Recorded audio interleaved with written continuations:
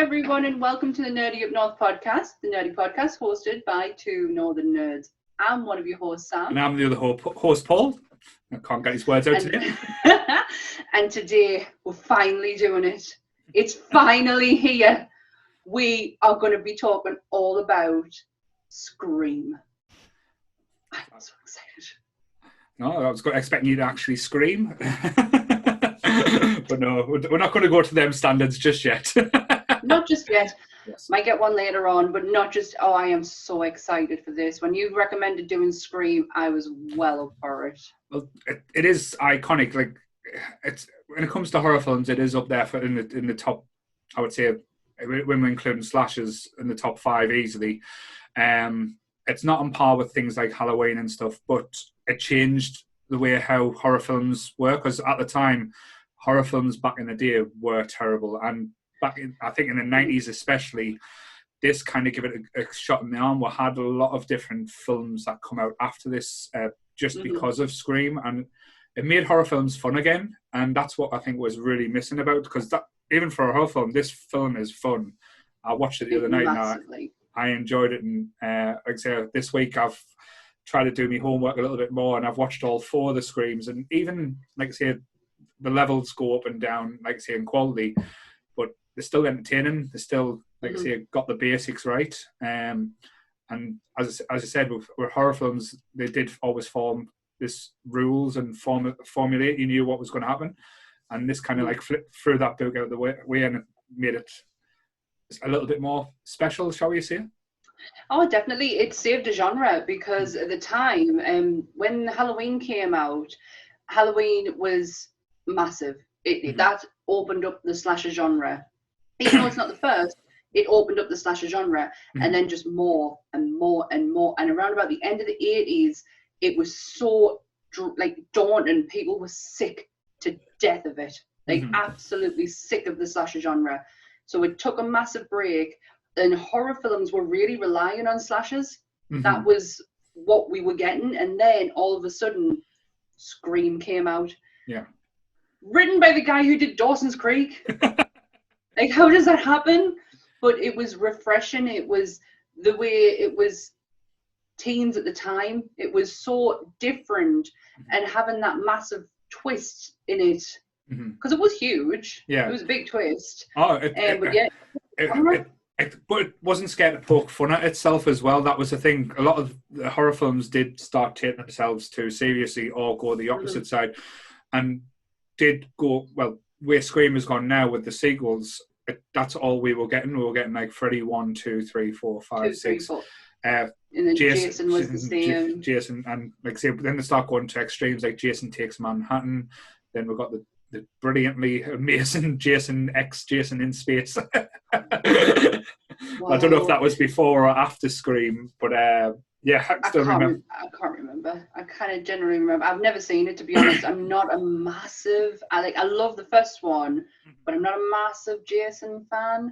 But Halloween went down the same route. Yeah. Halloween 1, 2, 3, 4, 5. But this actually helped bring Halloween back a bit, because Halloween H2O came out with this, and I think it was written again by Kevin Williamson, the guy who did Dawson's Creek, who he actually wrote I Know What You Did Last Summer as well. That doesn't surprise us then. That doesn't surprise us. But like I say, give him a career. I know he's not probably doing too much now. I know he's an executive producer on Scream 5, but I don't think he's had anything to do with the writing side of things as well, which, again, it's a good take. But yeah, I can still remember being introduced to Scream as well, like, because us being as young as we are, we weren't old enough to go to the pictures to see this when it first came out at the cinema. But I do remember going to the cinema and seeing the trailer, and the trailer was, like I say, it's a little bit different to what you're expecting, especially when you're seeing, like I say, I think it was I can't remember the film I was seeing at the time, but it came on, you got the like I said, the Dimensions logo that flashes up, and you just hear that voice. What's your favourite scary movie? But the thing that always like got me about the trailer as well, this was how clever Scream was. It got you in by saying this is a huge actress, Drew Barrymore, and the whole trailer was kind of based on her. And that's aspects I remember saying. Like, see, I know me and Sam's talked about, we're going to do a revisiting of the original Scream trailer as well in a few minutes, just to see, and we'll get that on the podcast as well, so you can see it. So, well, hear it if you listen on Spotify or hearing it. But it's just an interesting take, seeing how trailers have changed through the years as well. But like, I remember going to the Metro Centre and seeing it and just being totally like obsessed, even just with the trailer, and saying, I need to see this film. So I had to wait for it, because back in the day we didn't get copies like we do on like 2 minutes ago. Like, I know Suicide Squad came out at the cinema last week, and there's a copy to watch now, like a 4K copy out there, which is crazy. But we had to wait for it to come to Blockbuster. Then there was the movie rentals. Then if you wanted to own it, you had to wait 6 months after that to actually buy the stupid thing. So what was your first memories of being introduced to Scream? So mine's really different to yours. I cannot remember seeing a trailer.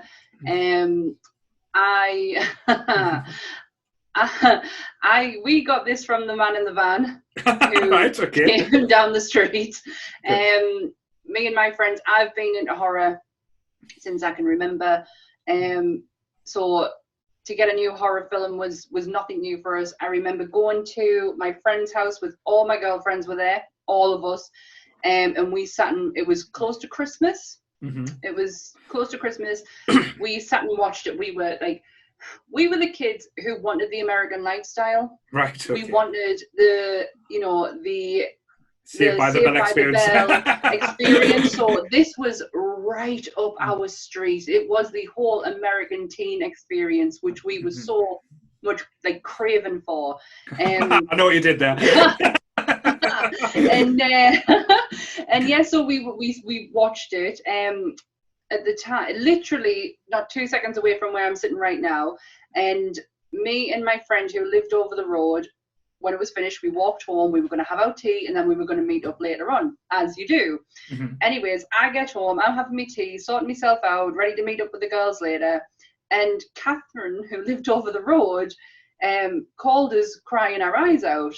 Right, okay. And I was like, what's the matter? And she was like, I'm just getting a phone call asking what my favourite scary movie is. How does this person know that I've seen it? And I'm like, oh, that's a bit strange. And I said, Catherine, give us 2 minutes. I'll call you back. I rings my friends up who is still at my other friend's house where we just watched the film. I was like, what are you doing? And they were like, yeah, if she rings again, tell them that you've had a phone call and say you're number 2 because we've told Catherine she's number 1. Oh, God. And they really put the frighteners up at. And I was like, how gullible can you actually be? We've just sat and watched a film. Like, about a slasher. Like, why would you? Oh, it was so ridiculous. But yeah, she got herself all worked up to the point where her mom comes to see my mom, and they're going to ring the police. And I had to say, listen, it's a joke.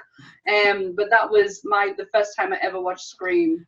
So it went a bit over extreme then. It did. It was so, we were like literally wetting ourselves laughing, especially when Catherine was in on the joke. Yeah. We were wetting ourselves laughing because we really did like we we thought our whole lives were horror movies. Like we were just like, that's what we were. We just loved the experience of it. Since then, like, I'm not saying that cemented my love in horror because it was already there. Mm-hmm. It just elevated it more. And it's still to this day one of my favorites. No, like it still holds up. Yeah, that's what I was going to say. Watching it the other night, like say coming in, like finishing work and putting the horror film on. Normally, I'm sitting there either on my phone, just like trying to background noise, but Scream still captivates. It still keeps us entertained, and you're still wanting people to survive that die and stuff. So you think and the cast with the first one was perfectly cast. Everything everything in it was brilliantly done, and it's still like, and the things that you do pick up after you watch as well, like the little sound bites and the little like say the music they use as well is so cleverly done. Like I only noticed a few years ago, and it was only because Nick pointed it out, that when the bedroom scene with Billy and Cindy, when he climbs through a window and they're cuddling up on the bed and he's trying to push his luck, in the sound effect, in the music behind it's Don't Fear the Reaper. Yes, I do know that. Yes, I do know that. I watch a lot of videos on Scream because there's a massive fan base out there. Like, it's huge, and somebody actually did the. Oh my god, what are you doing? Hello, sweet girl. If you're not watching on YouTube, then Paul has just brought his new kitten on the screen. This is Dinah. Yeah, she's just attacking us at the moment, so try and ignore it. She's a monster. Yeah, so I watched all these videos, and there's one where it shows you who killed who, but there's one bit that they can't explain, and it's when they're shopping for food for the party, the person there, because the person in the shop is then not a second later. In a second, because the timing is meant to be at the same time when Dewey and the officer are outside, run past him there. There's no explanation as to who's who there. But apart from that, they pinpointed who did which one. All right, I never looked into that. Like, say, but as an iconic look as well, the Scream mask, the Ghostface, shall we say, was absolutely not. It is scary, but it's also, like, say, entertaining. I know they lampooned it a little bit and, like, say, a scary movie and stuff like that, but I wasn't too keen of the Scream TV show changes and stuff they made. No, that's bad. Let's give a little statistics. So Scream came out in 1996. It scored 79% on Rotten Tomatoes, which I think is a really good score for a slasher horror. Yeah, I think that's pretty reasonable. Directed by the iconic Wes Craven, and screenplay done by Kevin Williamson, starring Neve Campbell, Courtney Cox, David Arquette, Skeet Ulrich, Matthew Lillard, Henry Winkler. Yes, the Fonz. Rose McGowan, Jamie Kennedy, and did I miss anyone else out? I don't think so. Oh, no, Drew Barrymore. Drew Barrymore, that was it. Drew Barrymore, and it was inspired by I have wrote this down because I knew I couldn't say it earlier. Gainesville, Florida, the Gainesville, Florida murders that happened in 1990 by Danny Harold Rowland, who then became known as the Gainesville Ripper. And from what I read, he taunted people. Are you looking for your cat? Yeah, she's biting stuff. You're just swishing around all over the place. Sorry. It's okay. It's okay. Oh, bless her. But yeah, he was known as a Gainesville Ripper. And from what I read, and it was only briefly what I read, that he terrorized people with a phone call and then killed them. All right. I never actually heard that. I never knew it was based on, like, not true, but kind of factual information. So yeah, inspired by the Gainesville Ripper. Interesting. But no, like I say, as a teenager when this first came out, it was the film just to be seen with your friends and stuff as well. I remember as well, even I was going to say DVD, it wasn't even DVD, it was VHS. VHS? Yeah, when it first came out, the cover was like quite iconic because it was like white, had like, say, Drew Barrymore's face and big eyes on, and it just had the word Scream across. So that's what I couldn't get when I first saw the film, like how they killed off Casey Drew Barrymore's character right at the start. I was like, right, you've got us in because I thought it was a Drew Barrymore film, and she doesn't even lasted past the first 10 minutes, which was brilliant done. And things I liked it about as well, and they made jokes about this as well. She didn't go out upstairs, she didn't hide, she tried to get out the door as what normal people would do, and she was so close to freedom.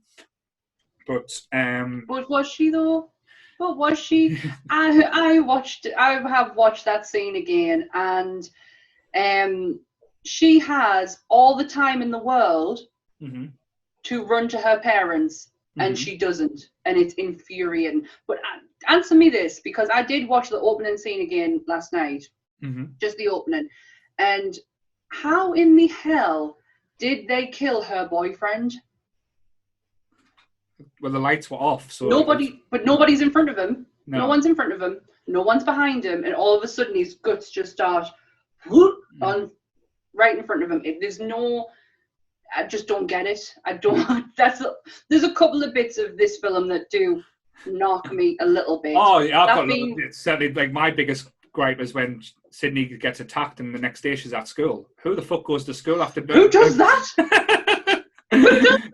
And then Billy goes to school after being arrested wearing the same clothes as he was wearing in the police cell the night before. With these black fingers as well. Like, do you not get a wash? Like, do you not go home and get a wash? Do you not take the day off? Why do you go into school when you've just been branded, in your words, Billy, as the Candyman? Yeah. Like, come on. The Exorcist line rips a hole through my eardrum. I say eardrum because I can't hear out of one of my ears, so it's only one.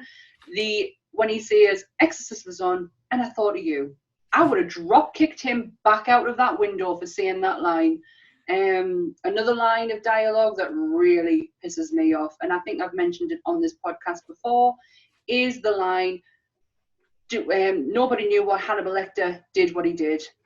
That really fucks me off, because we do know why he did what he did. That line, he takes out imperfection. Mm-hmm. Everything has to be perfect. He takes out the imperfections of the world. We know why he did it for. I really hate that line. It really grinds my gears. But that's just me. It's just because I'm a huge Thomas Harris fan. But yeah, they're like the tiniest little gripes. The rest of it is just absolutely phenomenal. Matthew Lillard is the star of this film. And I still get freaked out when he gets so excited at the end when he's shouting, "It's a Scream Baby," and he decides to slaver all over everyone. You know they've just been showered in that scene as well.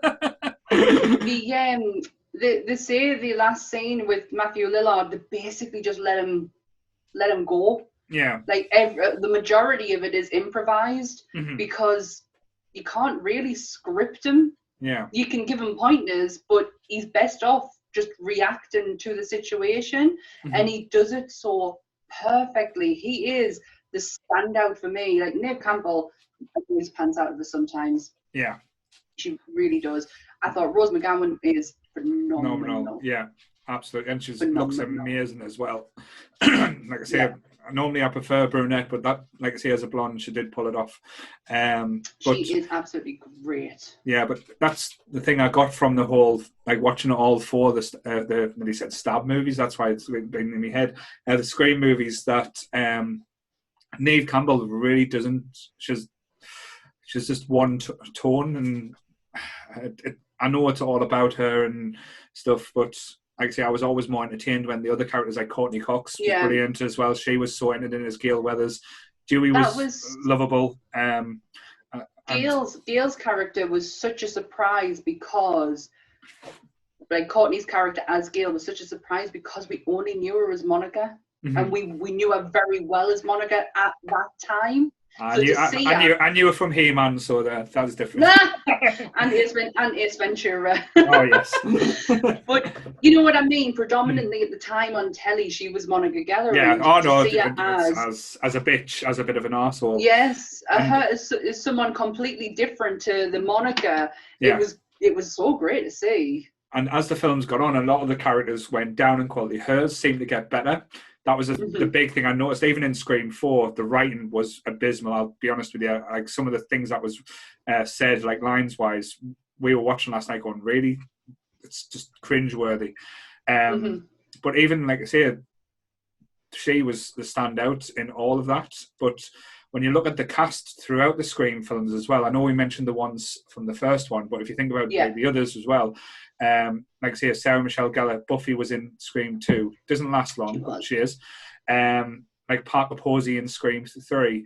I do like Parker Posey. She was really good in that. You got Jada Pinkett Smith in the second one. Oh my God, you've got Jerry O'Connell. Jerry O'Connell. Jerry McConnell. Yeah, Jenny McCarthy.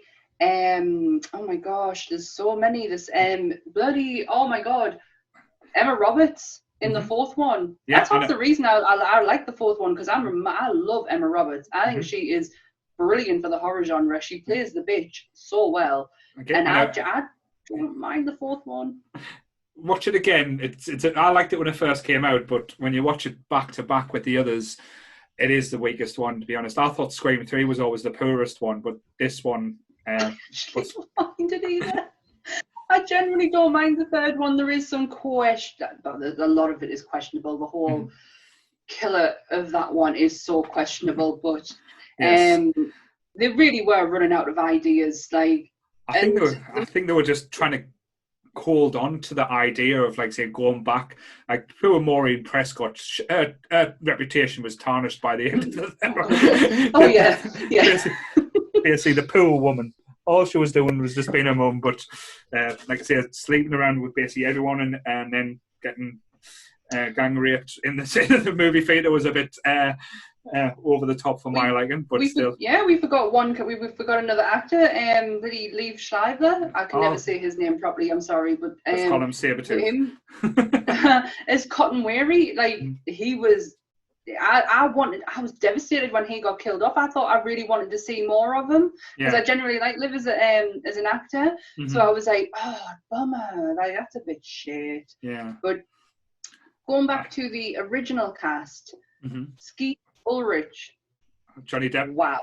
Johnny Depp. Well, that's the only reason he knows this is the only reason he got cast is because he looked like Johnny Depp. But have you ever looked up some of the names of the people? Oh my God, is she still diving around your feet? Sorry.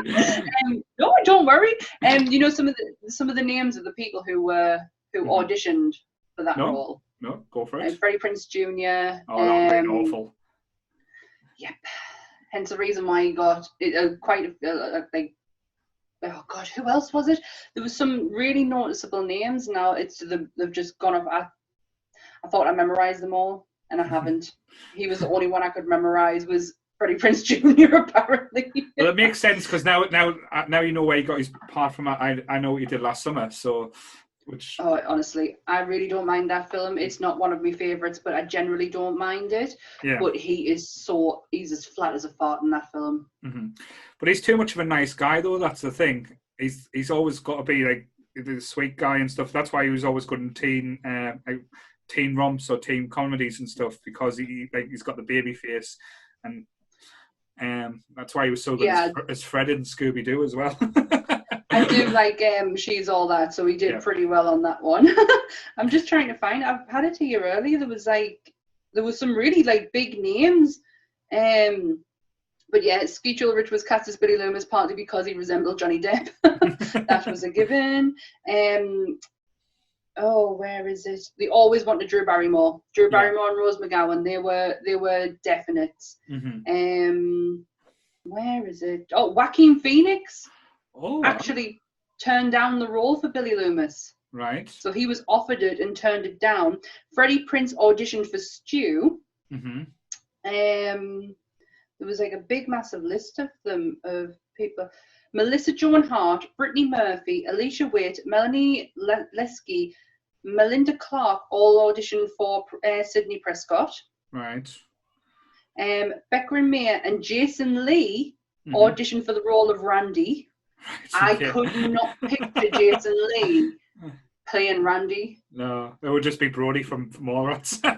Exactly. But Jamie Kennedy was brilliant. There's that scene with Jamie Kennedy shouting at Jamie Lee Curtis to do exactly what you want Jamie Kennedy to do, is to turn around, and he doesn't, is genius. It is so meta, it's unreal. That's one thing I loved about Scream as well, is because like not many horror films kind of reference themselves and mentioned other horror films, and like I said, this was like a movie fan or movie buff's dream type thing. They say this film is literally, it was created around the world of horror. So every reference of a horror film was going to be mentioned. So that was what Kevin wanted. Yeah. So even like say when asking the questions like who was the killer in Friday the 13th originally, like say, and the killer sounded so pleased when she said Jason as well. It was like, you're wrong, it's Mrs. Voorhees. So like I say, it was always a good little twist there. But what I was going to do now, just to, like I say, I don't know if you want to do it. We'll watch the trailer, and see how much it's changed. Because, like I say, modern trailers now are very flashy and showing a lot of the film. We might even, and there's a lot of dun dun dun dun dun dun. Mm-hmm. And then movement to the dun dun dun. It's not like that then. It wasn't like that back then. No, we did. Like I said, I think it is.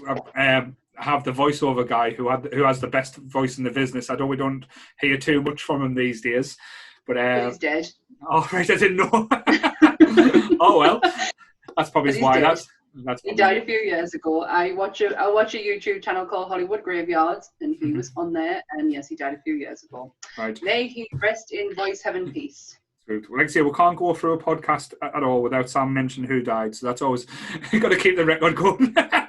can't go through a day without doing it, to be honest. So that's who I am. Cool. Right. Let me just skip this family plan channel. Right, you ready? Cool. So 3, 2, 1, go. That's a long wait of audience approval.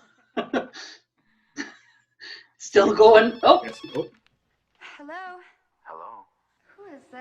Tell me your name, I'll tell you mine. I don't think so. What's that noise? Popcorn. You making popcorn? Oh, the proper cheesy music in the background, isn't it? Some scary movie. Yep. Like scary movies? Uh-huh. You never told me your name. Why do you want to know my name? I want to know who I'm looking at. Yeah, flips the switch there. Right, phone would have been put down. 911 would have been rung. Down with a scream over 911. Someone who's seen one too many scary movies. Now, there's the voice. his love of fear. Hello? Hello, Sydney. One step too far. Do you like scary movies? What's the point? They're all the same. Some stupid killer stalking some big-breasted girl who can't act, who's always running up the stairs and she's Use Tatum's picture. There are certain rules that one must abide by in order to successfully survive a scary movie. Number 1, you can never have sex. Never, ever, ever, under any circumstances, say, "I'll be right back," because you won't be. I'll be right back. Yeah, sure. I'll be right back. He didn't make the rules. Police are always on track if they watch prom night at same time. He just kills by them. Don't answer the phone. Don't open the door. Don't try to hide.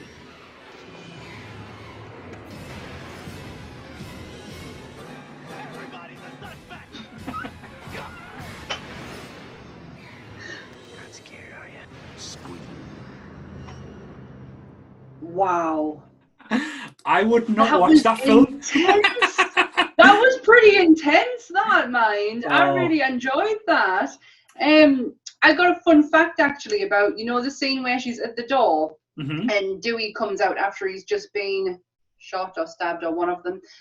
And her voice says no, her lips say no, but what actually comes out of her mouth is Dewey.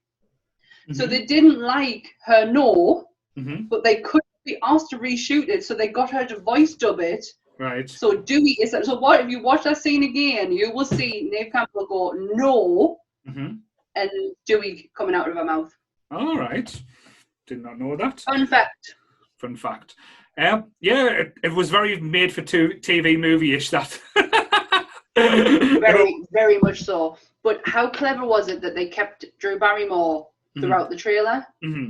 Very much so, because she didn't leave the trailer. Yeah, because before this, I don't think Neve Campbell had done anything as big. I don't think The Craft had been out or anything like that. Or was this after The Craft? Oh, hang on, I've got my list from the horror films. I'm sure I had the date on there. Oh my God, how many have we done? I have a big list. Horror films, The Craft, 96. Yeah, so around about the same time. Same year. Yeah, same time. So yeah, before that was Party of Five. Yes. So I'd say when you look at the cast, what they've went on and done now since they've left, like I say, Screen probably did open the door for a lot of these actors or actresses, which is only a good thing. And probably they did use Drew Barrymore as the big, because when you think about it, she was the big actress at the time. I know Courtney Cox as well, but Drew Barrymore was literally crawling her way back through Hollywood because she went through that very, very short period of dysfunctional time for Drew. So Mhm. she was really clawing her way back. Mhm. Neve she might have been a household name for Americans Mhm. because of Party of Five, but for us, like, No, very not much so. really. Yeah. David Arquette, never heard of him before the Scream films. Mm-hmm. No, that because wouldn't have a clue. Yeah, because he tried to do a few more different films and stuff, but didn't really do too many things. Actually, I know he did Eight-Legged Freaks. He done a wrestling. I love Eight-Legged Freaks. I think that is one of the most up-to-date B horror movies that has been released. I think it's absolutely fantastic. And do not diss the work of that man in Ready to Rumble, because that is an absolute classic. Oh. I love that film. But David, I knew he was part of the Arquette dynasty, because he is part of a really big... Hello, Dinah! He is part... Oh my God, that's too cute. It's too cute. And we're talking about horror, Dinah, and you're making it all cute. well, the middle name is Ghostface Killer, so... Excellent. So you're a good addition to this podcast. I knew his sister, because she's in Pulp Fiction. Yeah. Patricia Arquette, wasn't it? No, Roxanne. Roxanne Arquette, yeah. We know Patricia from True Romance, but yeah, Roxanne. So I didn't know who David was until Scream. Courtney Cox is obviously Monica Geller. Skeet Ulrich. Didn't have a clue. No. Hey, Dinah. Just watch the Dinah's the true star of the podcast this week. But yes. Yes, Sorry to get distracted there, but yes. That's fine. It's one of them things. Like, say, I would always go back to Scream. I would never say I could stay away for it too long. It's always one of the films I always watch during the Halloween period as well, because like me and you are quite the same when it comes to Halloween. We do go back and me and Nick try and watch a horror film each day of the month. So it's normally Scream October, and Scream will be part of that as well. Like I say, as with Halloween, Jaws. She likes all the B movies, like the really bad shark films as well. But I love them. There's something so endearing about them. I really love them. I think the best modern day one that they brought out was that Meg. Yeah, I thought that was brilliant. Absolutely brilliant, the Meg. But if you think about all the films that came after this, I know we've touched on a few of them. Like after Scream, it kind of brought back like the horror genre. Like I Know What You Did Last Summer. The Faculty came out. It Cherry saved Falls. the horror genre. Yeah, I've never seen Cherry Falls. It's not bad. It's not great. It's not bad. One of my favourites, Urban Legend, came out after this as well. Love that. Doesn't get enough credit. Yeah, very clever films that came out. Like I say, different twists, but it kind of give them a different energy, because it's rather than having that steel plodding through, and this made it vibrant. Like having a killer that ran. I know it doesn't sound much, but like a killer that actually chased you down, rather than just slowly walking after you or having, like, say, a sound effect. It kind of like thing. And the running theme through the thing, I know I mentioned, like, say, the Grim Reaper, Don't Fear the Reaper with Skeet Sheridan, but the song, the Nick Cave song, from Peaky Blinders as well. That song is throughout every single film. That is not the Peaky Blinders song. That is the Scream song. I remember listening when I've only ever watched the first season of Peaky Blinders. It's just not for me. But when that song came on, I was like, oh my God, Scream song. I want to watch Scream. Turn this off. Put Scream on. I would do it all the time. And anything can make me want to go and jump back into Scream. I have held every type of version of this film. I've had a dodgy copy, I have had the VHS copy, I have had the DVDs, I have then now got the Blu-rays, and I still have the DVDs in my cupboard, but my Blu-ray is the Scream face. And you will never believe how much I actually paid for it. All 4 films on Blu-ray with a specialized steel Scream mask face. £6 on eBay. Oh. Brand new. You wouldn't get that now. Like I say, I know the Scream one's coming out for, I think it's the 25-year anniversary, which is scary. Oh my God. I just feel old. It's coming out in October, the Steelbook 4K. So I think that's going to be my next one I'm looking to, like I say, pre-order. I think I might have to get it because it's just, you have to, I have to. I've had every version of it. Why would I not go and get the 4K one? Now I have a 4K telly and a PlayStation 5. There's no excuse. Certainly. No excuse. What was I going to say? Wes Craven. Very much, Talk about yes. Wes Craven for a second. I am not a Freddy fan. Right. I'm sorry to put that out there. I don't feel bad about it. I'm just not a Freddy fan at all. Was it the comedy aspect, or was it the fact that, like say, he didn't really like kids? He didn't scare us. He didn't. Right. He didn't scare me like Michael scared me, because there's an explanation for Freddy's dealings and the way that he murdered people. Yeah. There was no explanation when it came to Michael at all. None. Yeah. And that is the most terrifying thing. And this is what Scream changes within the genre, is that they give you that explanation. This is exactly why I did it for. Even if you don't agree with it and you might think it's stupid, but they still give you the explanation. But going back to Freddy does not scare me. If you go and watch Nightmare on Elm Street, it's funny, it's comedy, it's not horror. It's absolutely, the end scene where that mother goes through the letterbox is the funniest shit I have ever seen. I absolutely wet my pants laughing at it when me and Ant watched it a few years ago. But he doesn't scare us. So when Wes Craven's name is attached to this, just to get us I probably should. No, certainly. I know one of my favourite Freddy films is always Nightmare on Elm Street 3, The Dream Warriors. I always thought that was the more interesting take, and because it was a bit out there, like say the kids in like say in the school, and they're trying to learn how to control the dreams. That was always quite entertaining. But I think, like say, with Wes Craven, as you said, he was a pioneer in certain things. I know. One of the first, I think it was his first film, The Last House on the Left. It's a very uncomfortable watch. We have that on our October list now, because I've been watching Eli Roth's History of Horror. I didn't realise it was the second series out. So he's doing all about, well, one of them was houses, monsters, witches. So it's breaking down the genre even further than what he did with the first series. And he mentions The Last House on the Left, and when we listened to the synopsis of that, I was like, I could watch that. So that's on my list. I says to Ant, I'll need you in the house for it. And Ant was going, that's not really my type of horror. I said, I need you in the house. I said, I don't need you to watch it with us. I just need you in the house. No, it is an uncomfortable one. It's not an enjoyable film. I mean, I know people might be fans of it.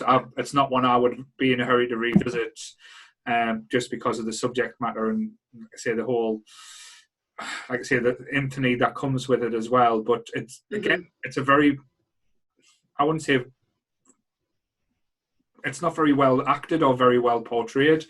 I'm trying to be as polite as I can with it, really, but it's not a film that I think. But again, going back to, like say, some of the horror films, you hit on a very good point that I agree to this day. It's the scariest horror films that don't give reasons why things happen, when they leave it up to you to think about, like say the Halloweens and stuff. And again, you never really know why Jason can't die. You know, it sounds strange, but it's that element where they bring that thought back to it.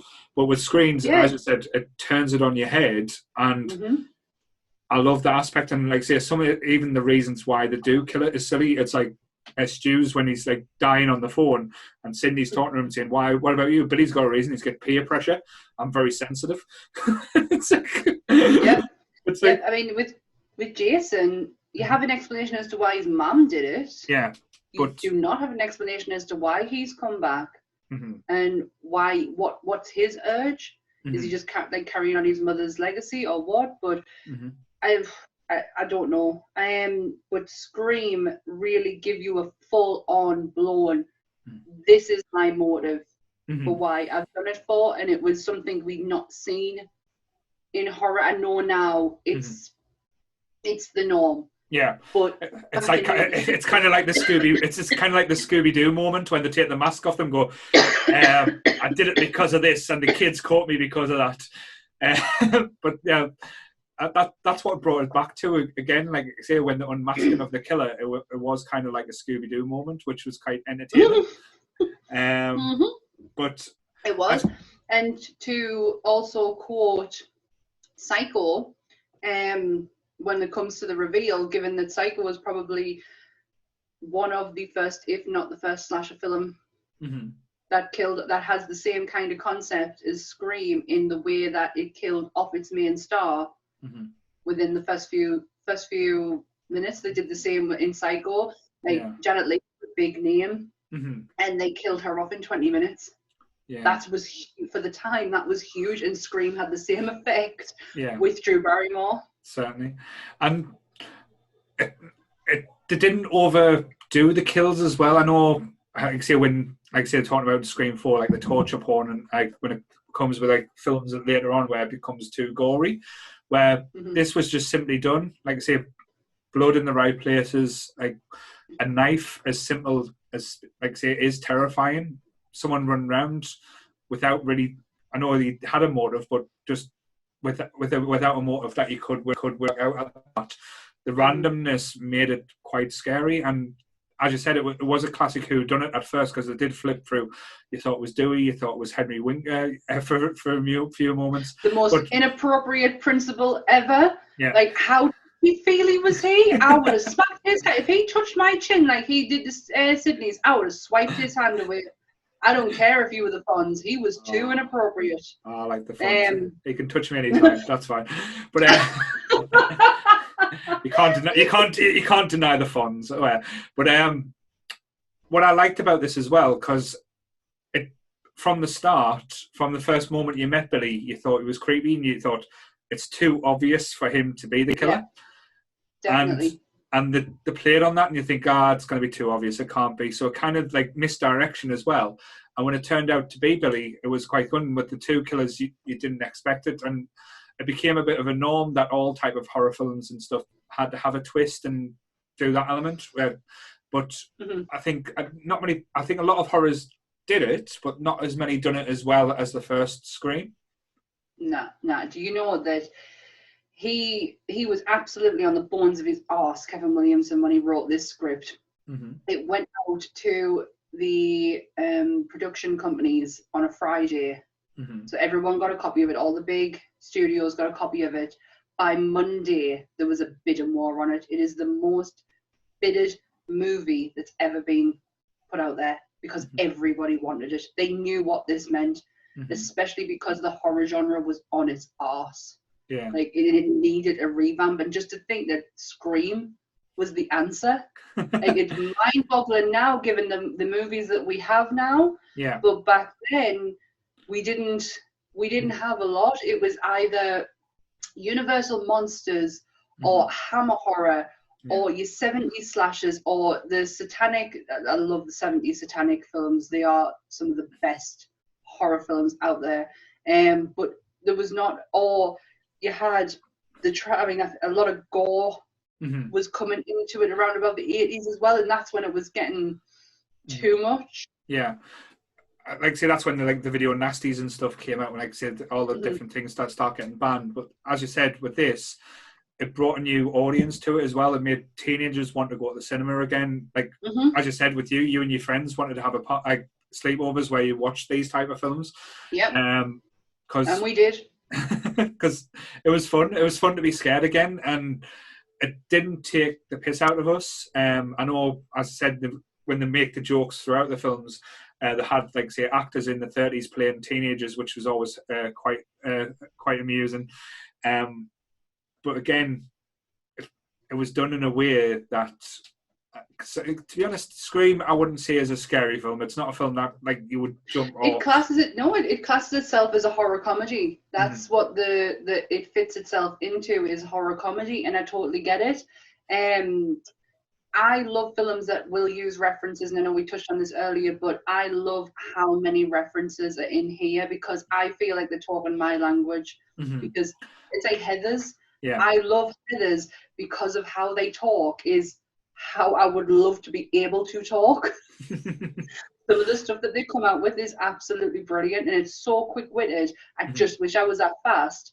Yeah. But with Scream, that's my language. Like, I would movie reference you all day. Certainly. And again, that's the same discussions that we have now, even like say in the Facebook group.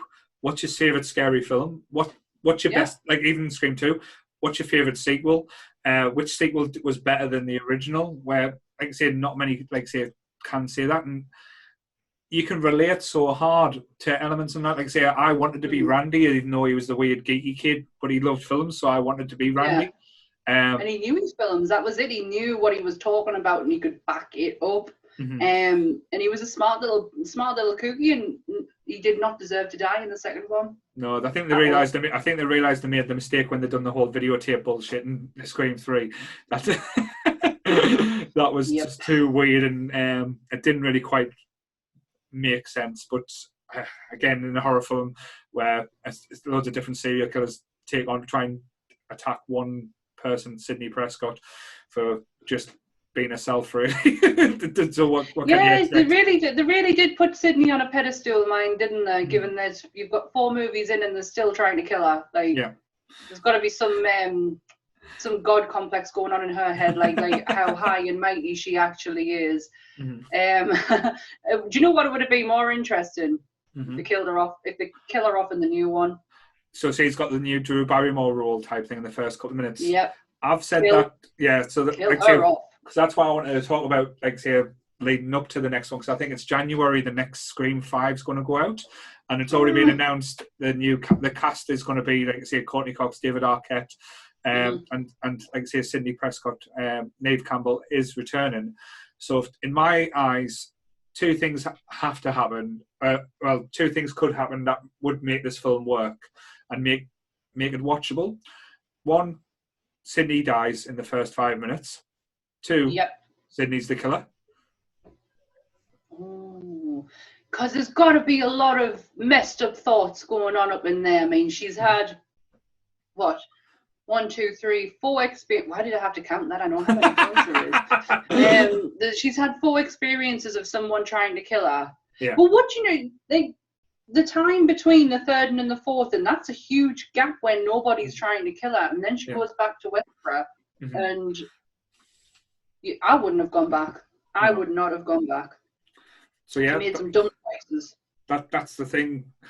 It doesn't make sense to me that doing Scream 5 is about Sidney again. I know the Scream is about. To me, I shouldn't be the Sidney Prescott story. Like Halloween wasn't the Laurie Strode story. No.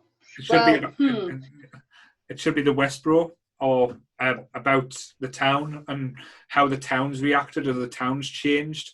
That to me is a more interesting tale, and saying how would you, like, growing up in a town where there's been these mass murders that's happened every so often. Yeah, that's true. I get that. I don't care at this point. Give me all the sequels. I can't believe it's 2021 and will be 2022 and we're getting another Scream film. Like, I generally thought that by 4 it'd be over and done with. Well, to be fair, it should have been done after 3, to be honest. Well, if we're going to be really fair, it probably should have been done after 2 because that was a bit too far. I mean, what was I going to say? Something's just coming to my head. Oh, that was it. In the first one, to have Linda Blair. That was it. Linda Blair is in the first one. With the crucifix earrings as well. Yes. Yes. I love the little cameos that they do and the little nods that they give to the genre. Like, they're not taking the piss out of it. They're fully aware of this, like, the status of that they're in. They're not trying to mock it. Yeah, 100%. I really love that about this film. And in this series, you can put it through the whole series, because film 3, Scream 3, they're almost taking the piss out themselves, like, a lot.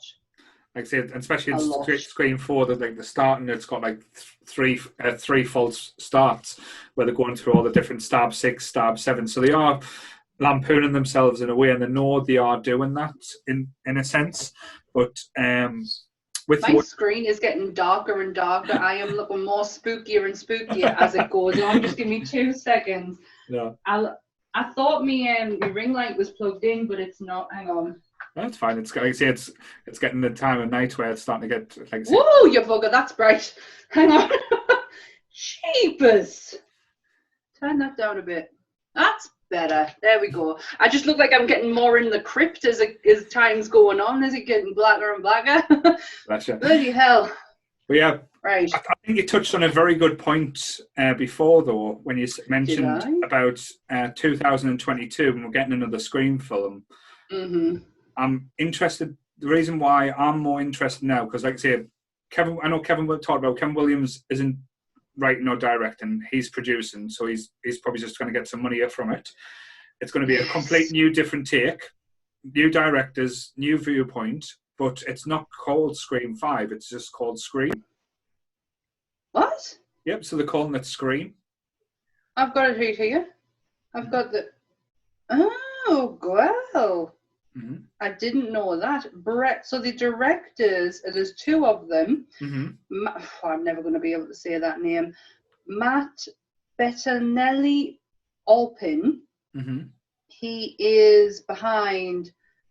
Oh my gosh, right, he did Ready or Not. Mm-hmm. Yep, brilliant. Ready or Not, Devil's Due, South... Oh my god, he did the VHS. Mm-hmm. Oh, I have high hopes. I love VHS. Have you ever watched them? They're so... Yeah, the anthology horror type thing.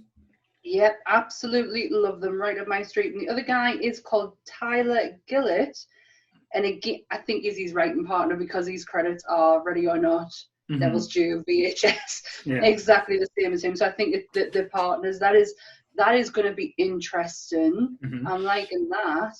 So, again, what would you say for a Scream? Because, as you said, Scream, when it first came out in 1996, reinvented the horror genre there. At the moment, we are going through a bit of a lull with the horror genre because we're getting the same stuff. I know we had The Conjuring 3, which I know I was bitterly disappointed about. There's not been a horror film recently that I've seen that's jumped out and thinking, brilliant. So will this be the reinvention, the shot in the arm for the horror genre, with it being Scream 5, sorry? You hear that? No? Is it someone saying that do you like a scary movie, or is a phone ringing? I would absolutely, I would die. No, I've just heard it must be the wind. I heard something really weird, and I'm like, I can't put my finger on what it was. Oh, sorry. The horror genre right now. Yeah. And is this going to be the kick in the tits that it needs? Yes. And what do you think the next Scream film will be?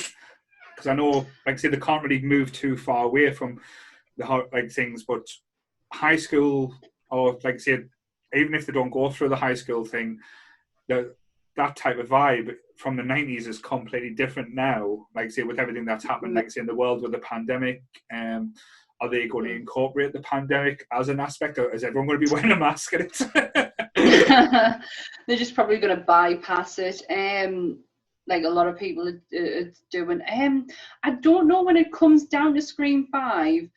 I think they'll stick to the DNA that runs through it, mm-hmm. and that I would like to think that Sydney would be taken out or be the one to take out people, but I don't think it's that ambitious. Yeah. I don't think they think along the same lines as we do. Right. But so I don't know where. I think she's going to have kids, given the cast I've just seen. Mm-hmm. And I think that's going to play a major part in it. It's like almost a Prescott family fuck up, right? Because you've got a cousin, you've got a mum who has a very sketchy past-ish, kind of. Yeah. Feel a bit sorry for her, but still a bit sketchy. And then you've got her. I generally don't know. When it comes to me trying to think of what I want it to be, it never really matters because it never goes the way that I would like it to anyway. Yeah. But I personally think the horror genre at the moment isn't as stale as what you might think it is. Mm-hmm. I see a lot of promise when it comes to like Blumhouse at the moment.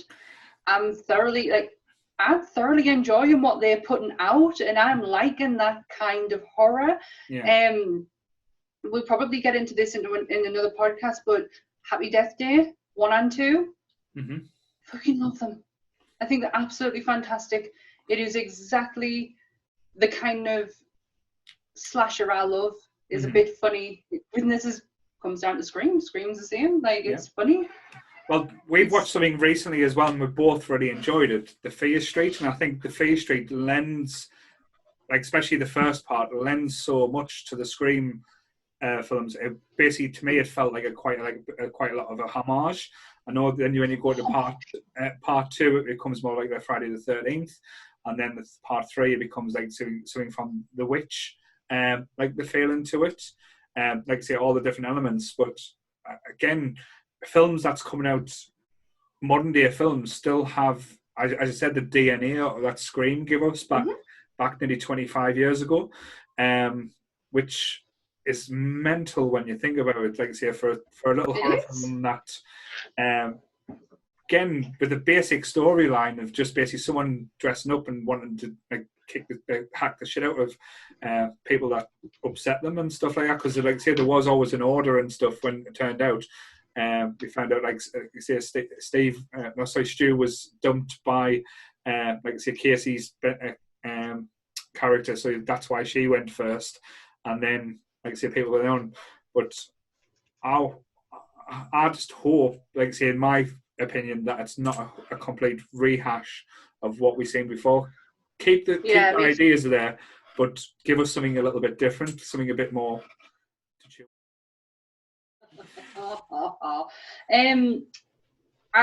Who is the? Because I know that the Weinstein brothers won't have anything to do with this one. So do we know who's taken over? Don't know. Who owns it? Because I know, like I said, like Miramax did. Yeah, because the TV show went to Netflix, so I don't know if it's, and I don't think it's a Netflix film. So this will be going straight to the cinema, but again, I've not really heard anything. It could be again, like be Fox, or well, not Fox now. It could be like say, it's Paramount. Paramount. No, Paramount. Distributor is Paramount, which shocks me a little bit. I didn't think it would be a Paramount kind of film, but okay. Because Miramax is definitely not involved in this one. There is, I don't know if you've ever seen this before, or if you're even sad enough to watch all of the credits of Scream, the first one, but there is a little diss at the end of the credits.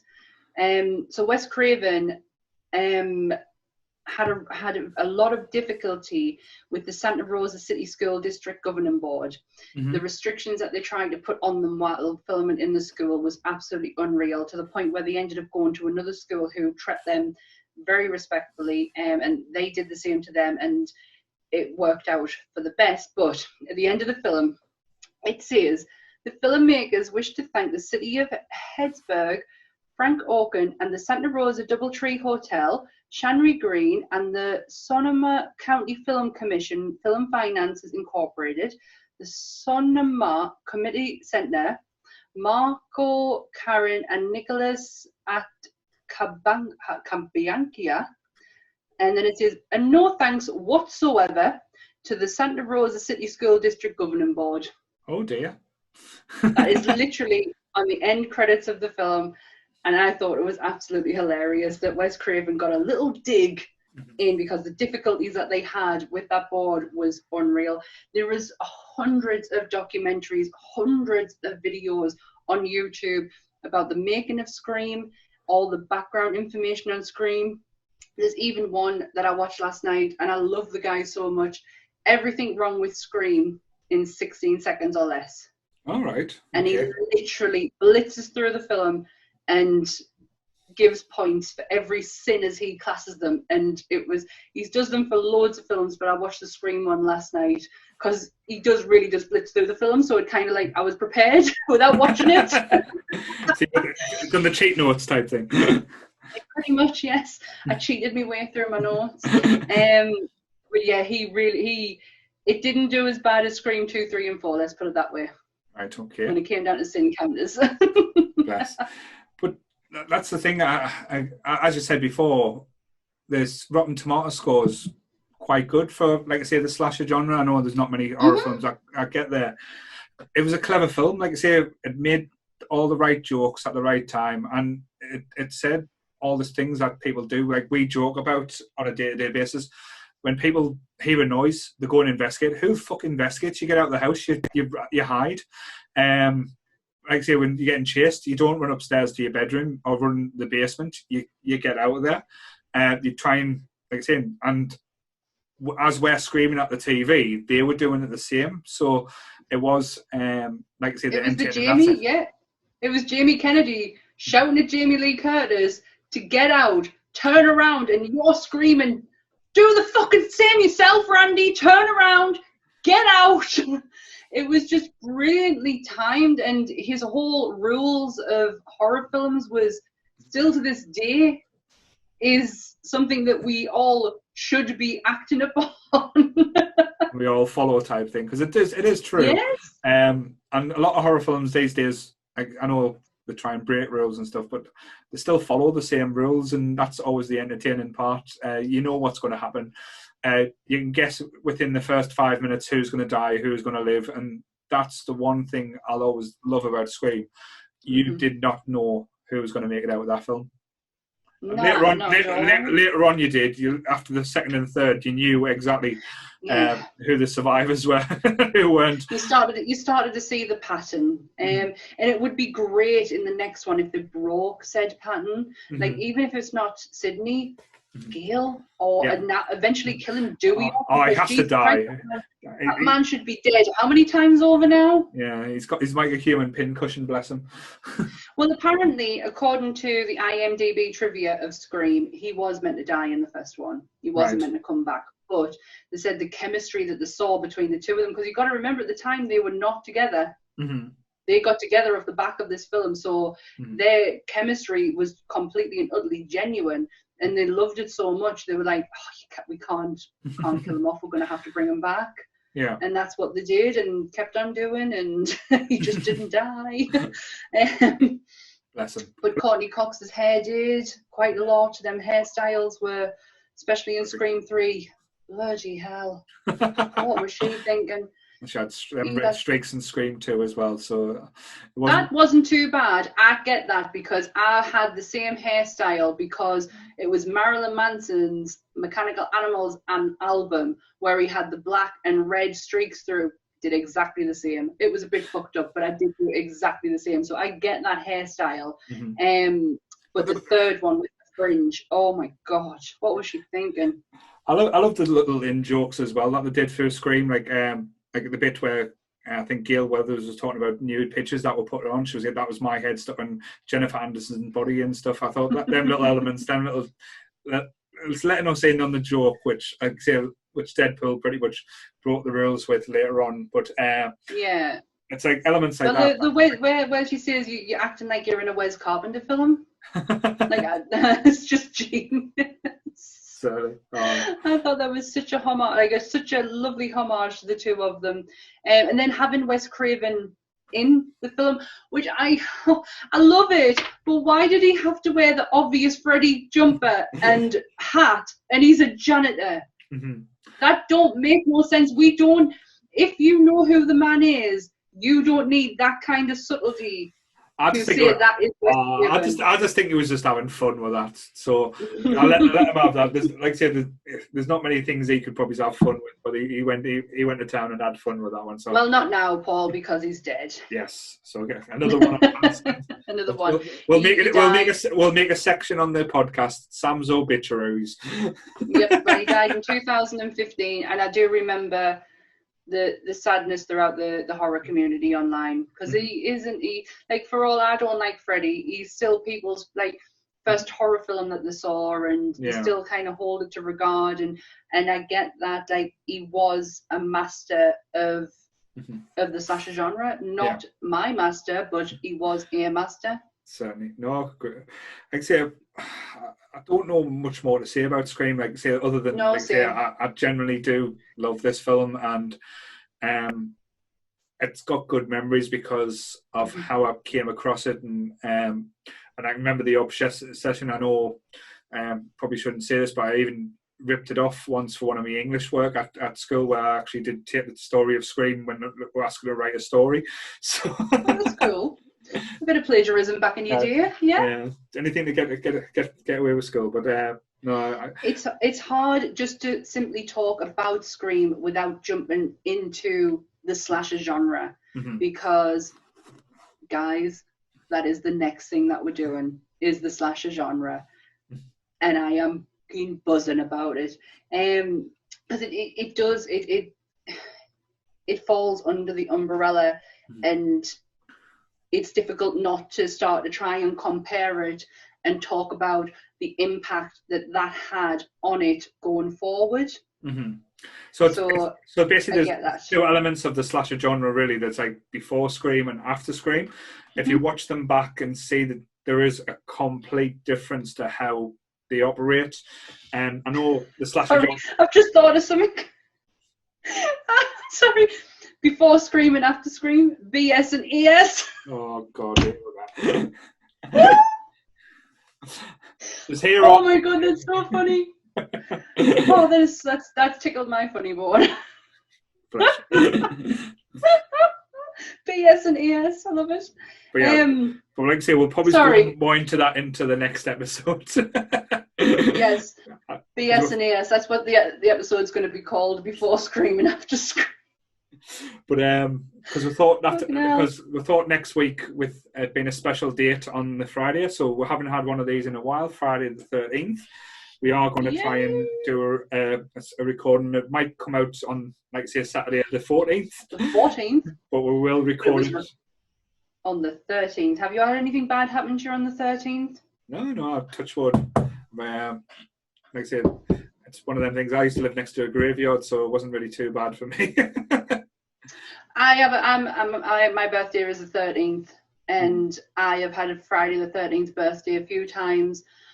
One time I got my fingers fractured off a boy at school, dickhead. And another time I got a jelly band glitter in my eyes and had to be taken to hospital to have them cleaned out. Well, there's only 2 occasions that I have. I was going to say, we'll talk about that a bit more next week. That would be nice. I mean, I shouldn't probably have said that. That's just ruined content for next week, really, hasn't it? Bloody hell. I'm on it today.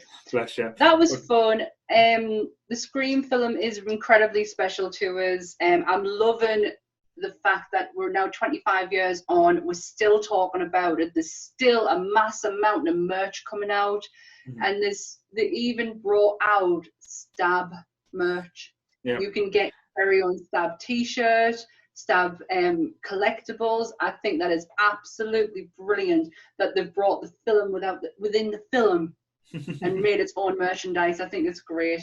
I think in 25 years' time we'll still be talking about how much of a classic this is. Oh, 100%. I don't think it'll ever go away. It'll be one of them, like say, where you talk about, like say, the original Halloween, like say, it'll be up there with them type of films, and we've got that to look forward to as well in October. It's Halloween Kills, so that'll be an interesting one. But it's going to go off. Like I say, if you've listened, I hope you have enjoyed what we've talked about. Like I say, if you've got a different opinion or if Scream... Well, that's what I was just about to say. That normally I would have put this at the beginning, but remember, everyone, these opinions are just our own. There's no need to come for us. We're more than happy to have a conversation with you about it. We do not need any form of toxic behaviour within our comments or brought onto our Facebook page. So there you go. Should have said that at the beginning, I didn't, but I'm putting it in now. Don't worry. Well, that's talking about the Facebook page. That is grown so much at the moment. I was trying to try and say that, but it didn't exponentially. So close to 2,800 members at the moment, and it just keeps growing each day. And it's just fun. Like I say, I know it sounds strange, but like I say, the conversations and people are starting to make friendships now, which is something that I never thought would happen. So I'm really excited. I think exactly. I've made a bunch of friends, and they're like-minded people who live on my doorstep, who I would never have known about if it wasn't for this group. I love that if I'm having a really shit day at work, and I take a couple of seconds and go on my phone, I know fine well the minute I jump on Facebook, I'm going to be met with like friendly comments and people having a conversation about the stuff that I love, and it honestly warms us so much. Like, I'm not trying to get gushy over here, but it really does warm my very cold heart that everyone's getting on. Like, there's not a lot of toxicity within this group, and it is fantastic. I love it. Well done, Paul. Well done. Thank you. Like I say, don't forget, if you ever want to join, it's called the Facebook community again, and I keep doing it. Nerdy Up North. I think we should just change it to Facebook community. Potentially. Facebook probably would shut us down for that then. Nerdy Up North. Most likely. Nerdy Up North community. Like I say, we're on Instagram to search Nerdy Up North. Like I say, please subscribe to our YouTube channel. Like I say, we're going to be on Spotify.